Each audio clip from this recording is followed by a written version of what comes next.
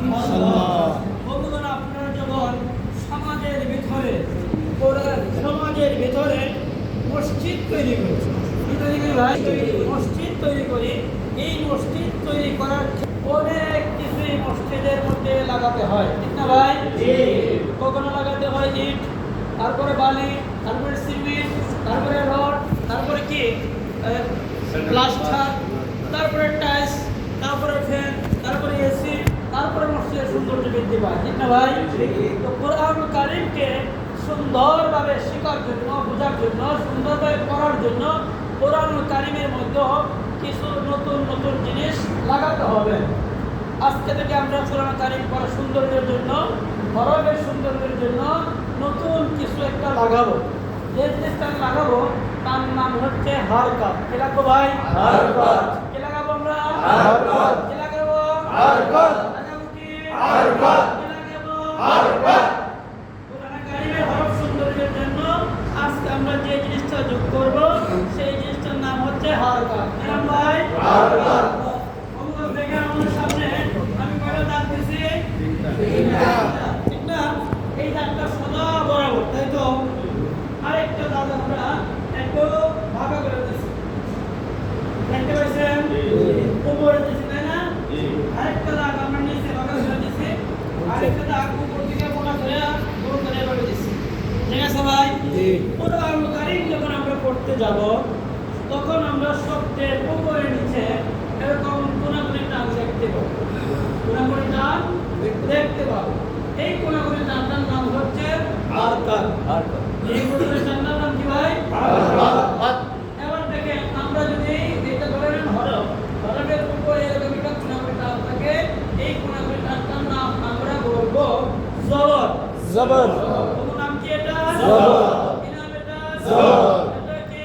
জবর। নাম কি এটা? জবর। কি নাম এটা? জবর। এটা কি? জবর। কোরআন কারীম যখন আমরা পড়তে যাব শব্দের হরফের নিচে এরকম একটা কোনাকুনি টান দেখতে পাবো, এই টানটার নাম আমরা বলবো জের। জের। নাম কি এটা? জের। কি নাম এটা? জের। এটা কি? জের। নাম কি এটা? জের। কি নাম এটা? জের। কোরআন কারীম যখন আমরা পড়তে যাব শব্দের উপরে এরকম গোল মাথা একটা টান দেখতে পাবো, এটার নাম হচ্ছে পেশ। এই টানটার নাম কি ভাই? পেশ। আমরা সকলে নাম কি এটা? পেশ। কি নাম এটা? পেশ। ওর নাম কি এটা? জবর। কি নাম এটা? পেশ। এটা কি? পেশ। জবর। জবর। পেশ। পেশ। পেশ। জবর। জবর। পেশ। পেশ। জবর। জবর। পেশ। পেশ।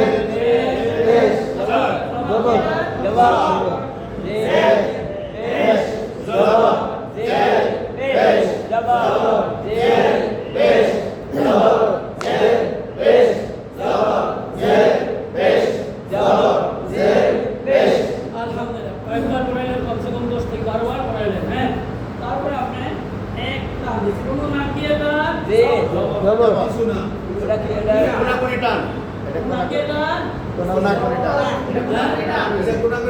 মাশাআল্লাহ, দেখা যায় তাই না? এবার আমরা জবরদস্ত শিখে যাব, ঠিক আছে? কি শিখলাম ভাই আমরা? পেশ। জবরদস্ত পেশ। জবরদস্ত পেশ। কয়টা জবর? একটা। কয়টা জের? একটা। কয়টা পেশ? একটা। সকলে আমার সাথে বলেন, এক জবর এক জের, এক জবর এক জের, এক জবর এক জের, এক জবর এক জের, এক জবর এক জের, এক জবর এক জের, এক জবর এক জের, এক পেশ, এক পেশ, এক পেশ, হারকাত।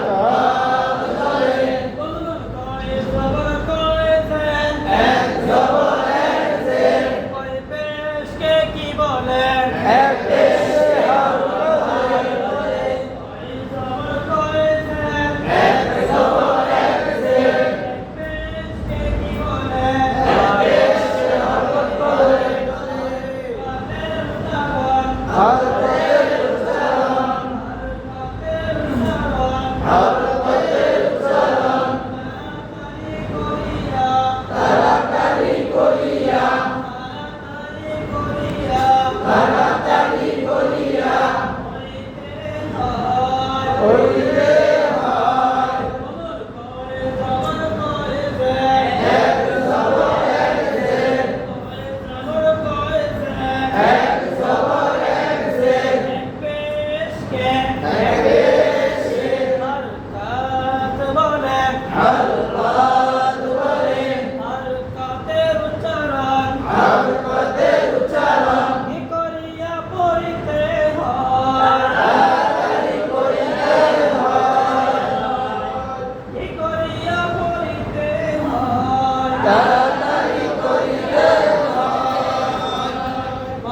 ভাই আমরা যখনই দেখবো পিছনের দিকে আওয়াজ একটু জিমে হয়ে গেছে, যখনই দেখবো আমরা পিছনের দিকে আওয়াজটা কি হয়ে গেছে, জিম হয়ে গেছে, তখন আমরা হাতের ইশারা করবো, হাতের ইশারা করবো। ওরা তো আপনার দিকে তাকায় আছে, তাই না? আপনি ওদের দিকে কি করছেন, তাকায় রয়েছেন। নির্দিষ্ট করে না হাতের দিকে তাকাইলেই মনে করবে যে আমাকে বলছে, সবাই মনে করবে কাকে বলছে, আমাকে বলছে। ভাই একটা হাফ করলে কি হয়ে যাবে, আওয়াজ বৃদ্ধি হয়ে যাবে, আওয়াজ কি হয়ে যাবে, এদিকে একটু ইশারা করলেন, আবার ওইদিকে আরেকটু ইশারা করলেন, প্রতিদিন না মধ্যে মধ্যে একটু ইশারা করলেন। আরেকটা স্লোগান শিখাইছি না ভাই, যে বন্ধুগণ বন্ধুগণ, শিখাইছি তো? এই স্লোগানটা ওই সময় দিতে হবে যে সময় একবারে ঝিমায় বসে, একবারে কি হয়ে গেছে, ঝিমায় বসে, ক্লান্তি চলে আসছে, তখন সময় একটা ডাক দিয়ে সজাগ করতে, এবং বলেন, এই বললে বলবো না, এই বলে কি হবে না, বন্ধু বলেন, এই বলে কি বলবে না। কারণ আপনি আলাদা তাদেরকে মোটিভেশন করার জন্য এই ডাকটা দিতে হবে, বন্ধুগণ বন্ধুগণ, আবার কি হয়ে যাবে, চাঙ্গা হয়ে যাবে। আমরা কি শিখলাম, জবর জবর জেরে পেশ পরীক্ষা দিতে হবে, কি দিতে হবে, জবর জের শিখলো কিনা, চিনলো কিনা। বন্ধুগণ আছে, বন্ধুদের নাম কি, এটা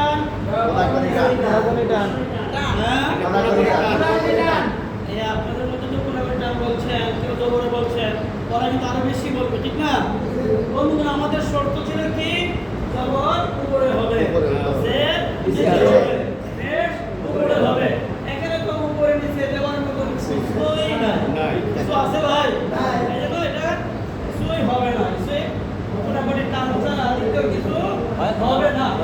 তাহলে আমরা শিখলাম কি ভাই, কি শিখলাম, বন্ধুগণ হরকত শেখানোর জন্য আমরা যে শিখাইলাম, হরকত শেখানোর মধ্যে আমরা কাজ করব আলিফ এবং হামজা, আলিফ এবং হামজা, আলিফ এবং হামজার মধ্যে পার্থক্য আছে না ভাই? জি আছে।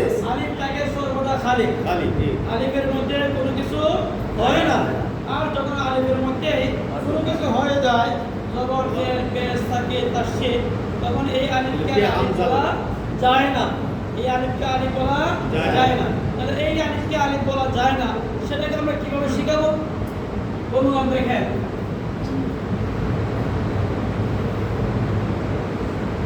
ভাই আলিফ আলিফ আলিফ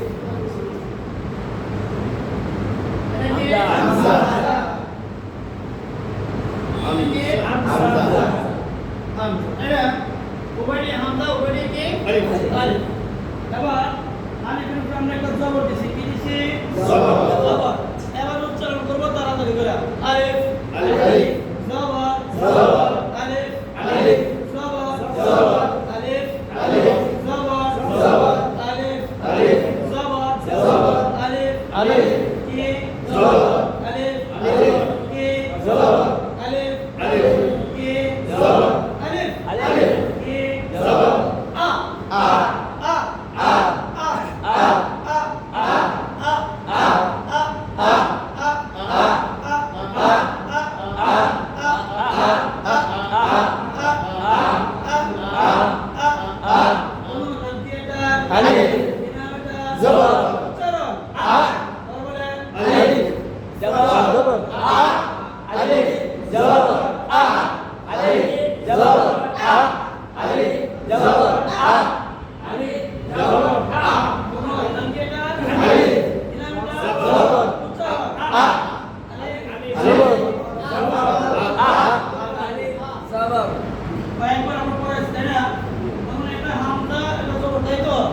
Hamza, Hamza, Hamza, Hamza, Hamza. Hamza Hamza জবর জবর আ আ আ আ আ আ আ আ আ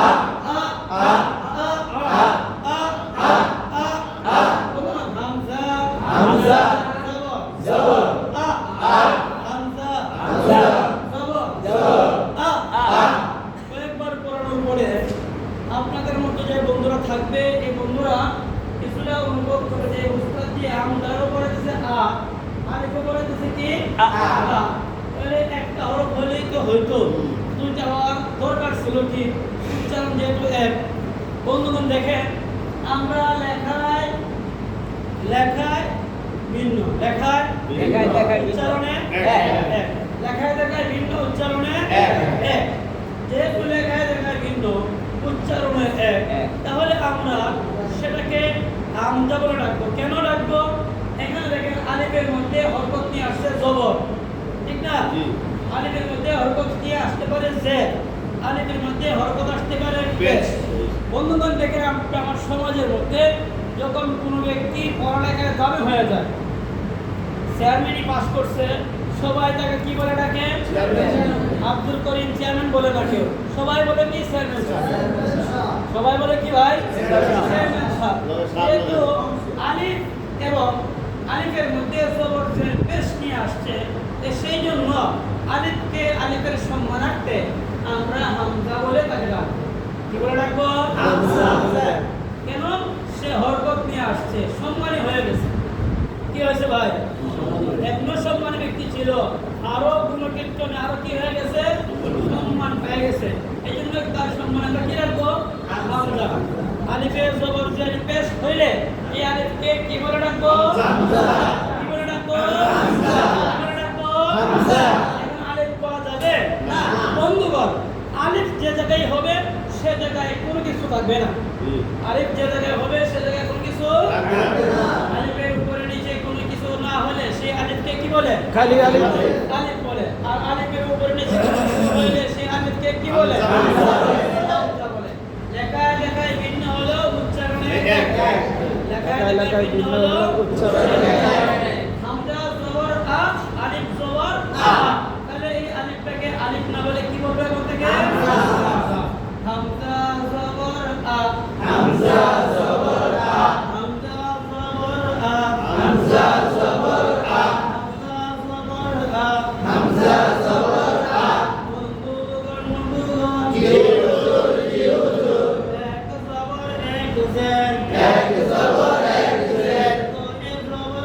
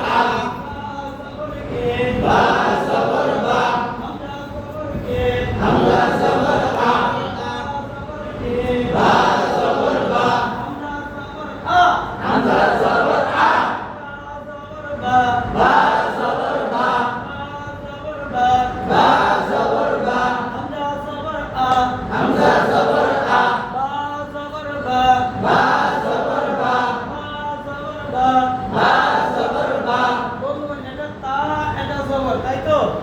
তা জবর, তা জবর, তা জবর, তা জবর, তা তা তা তা তা তা জবর, তা জবর, তা জবর, তা জবর, তা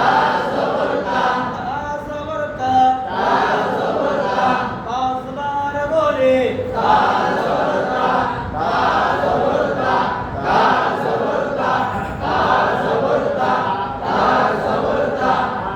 জবর দিয়ে 29টা হরফকে সুন্দরভাবে সকলেই পড়েছি, তাই না বন্ধুগণ? আলহামদুলিল্লাহ। এই 29টা হরফকে আপনি নিয়ে আসলেন একসাথে নিয়ে এসে কিভাবে করবেন? ইয়া জবর ইয়া, তাই না? দেখেন কিভাবে করবেন বন্ধুগণ। হামজা জবর আ, হামজা জবর আ। এই পার্থক্যটা বুঝতে পারছি কিনা? জিমের নক্তা নিচে, খ নক্তা উপরে।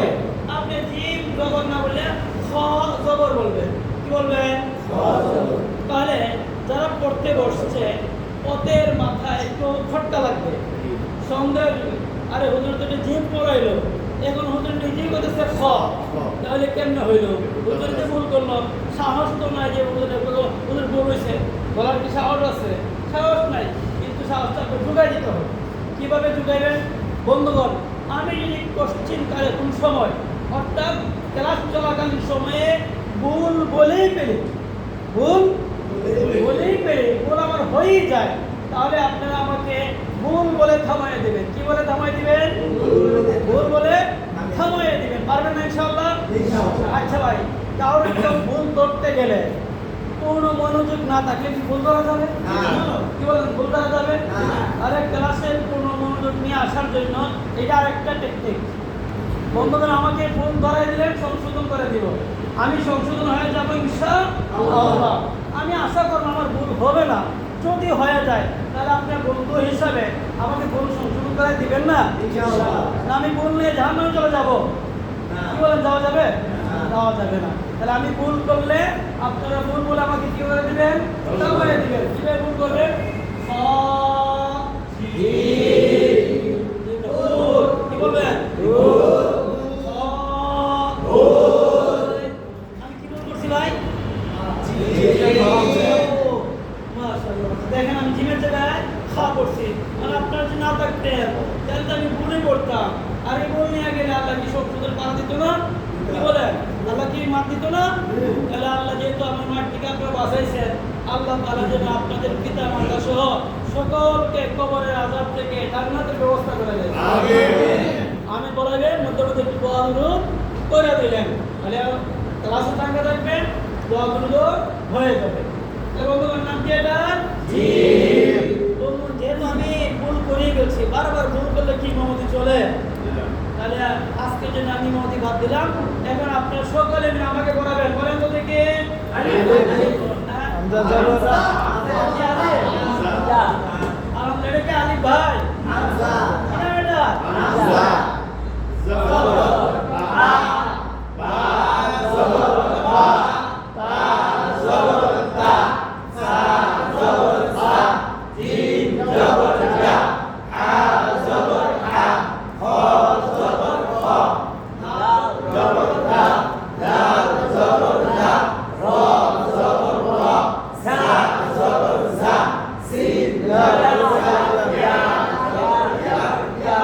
সংক্ষিপ্ত করছি, সংক্ষিপ্ত নেই।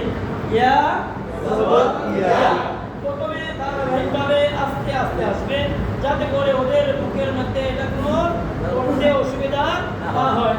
আস্তে আস্তে স্পিড বাড়বে, আস্তে আস্তে কি করবে? স্পিড বাড়বে। তারপরে আপনি হাত দিয়ে স্পিড বাড়াবেন। ওদেরকে যদি পড়ালেন, আপনি স্টোর থাকলেন, হাতের ইশারা একটা লাঠি নিয়ে ব্যবহার করলেন। অনুমান বলেন তো দেখে।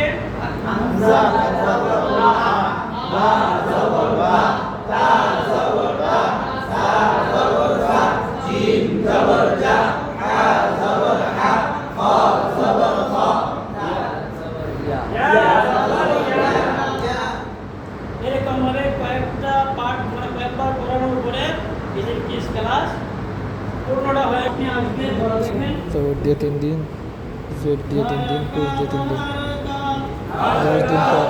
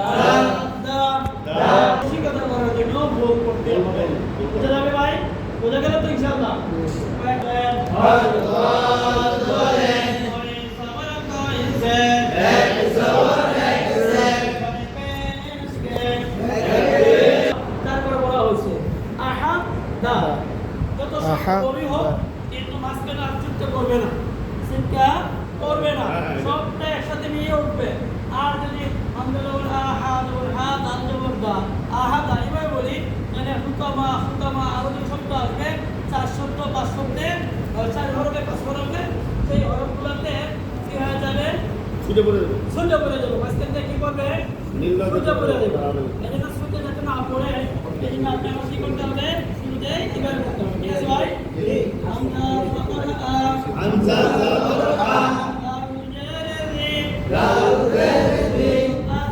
আদি আদি নুন জবরনা আদিনা আমরা তৈরি করি তার সৌন্দর্যের জন্য অনেক কিছু লাগাই সৌন্দর্যের জন্য অনেক কিছু যোগ করি হ্যাঁ ঠিক তেমনি ভাবে কোরআন কারীম পড়ার সৌন্দর্যের জন্য আল্লাহ তাআলা হরকত কি করছেন যুক্ত করছে যুক্ত করছেন এই জবর জের পেশকে হরকত বলে এই হরকতটা কোরআন কারীম পড়ার সময় হরফের উপরে নিচে পুরো নামটা দেখতে পাবো এটাকে বলা হয় হরকত জবর উপরে জের নিচে পেশ উপরে মোট কথা মসজিদ তৈরি করতে গেলে তার অনেক কিছু ডেকোরেশন করা লাগে তো আল্লাহ তাআলা কোরআন কারীমকে সুন্দর করে সাজানোর জন্য কোরআন কারীমের মধ্যে মধ্যে অনেক কিছু লাগাইছেন ধাপে ধাপে আমরা প্রতিটা জিনিসই শিক্ষা করবো ইনশাআল্লাহ